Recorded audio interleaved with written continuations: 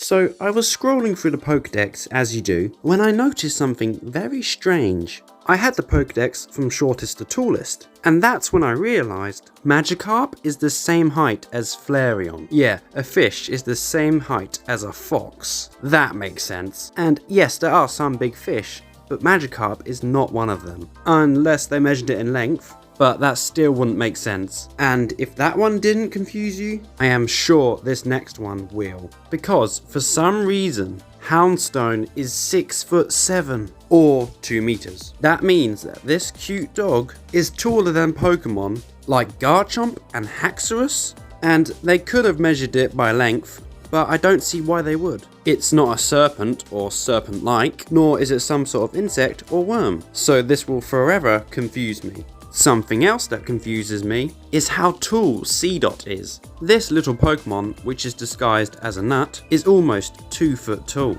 That's taller than a collie. That makes Pokemon like Orbeetle and Baneri smaller than Seedot? Why? Yes, I know it's Pokemon and not real life, but it still just doesn't seem right. Or I'm completely overthinking this. Another thing I can't understand is why Dugtrio is taller than Wooloo. You heard me right. These 3 moles are 2'4", and this sheep is only 2 foot. How is that possible? By the way, moles are usually only 1 inch tall. Dugtrio is over 10 times the size of that. Because of that, this might be the scariest mole you'll ever come across. Or maybe you've seen worse.